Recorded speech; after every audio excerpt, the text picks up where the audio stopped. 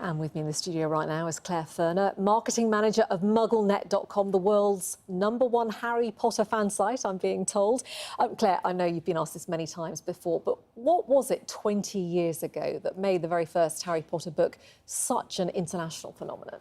It's extraordinary, and I think people have tried to unpick it a lot. I think it's lots of little things. So I think in the first couple of books, it was just a phenomenally successful children's book.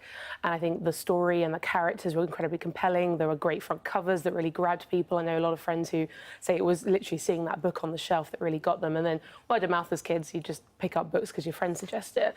After that, I think the films were a huge part of it. And also there was a gap between the fourth book and the fifth one where the internet was sort of just bubbling up as becoming something that everyone was getting involved in.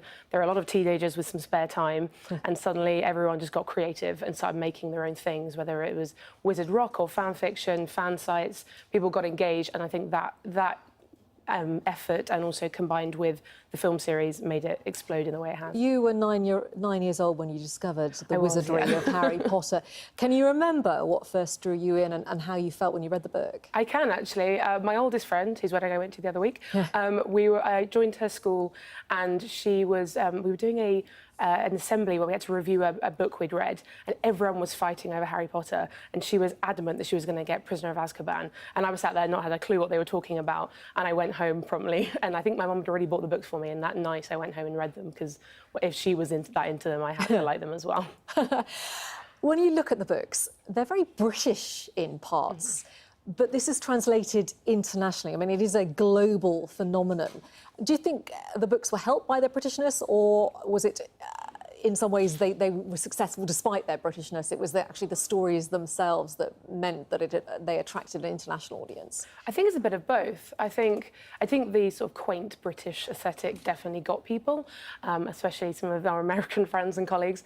But I think ultimately it was the stories. I think the film franchise was a huge part of that globally. Last year I was in Japan and got invited to the Universal Studios out there, the theme park, and seeing a very different fan base, but just as enamoured and ecstatic about it.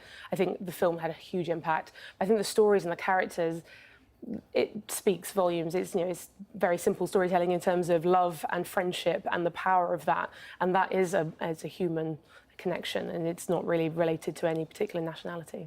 J.K. Rowling herself was a single mother when she wrote this. She's also been quite political. She's quite active politically in her views on subjects. Is there anything political or social in these books, or are they simply books for children that adults like?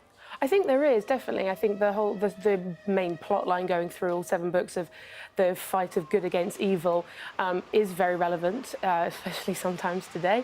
And the way and different intricacies of there are shades of good and bad. And there are also just the smaller stuff of how people have read into it, everyone takes their own thing from it, and a lot of people have connected with it in a way that perhaps isn't part of the story or explicit in the story, but they've taken away meaning that is important to them. But I think there's always scope for people to read more into that as they go, and with the new films coming out and the play as well. All right, enjoy the celebrations, Claire. Thanks so much. Thank you very much.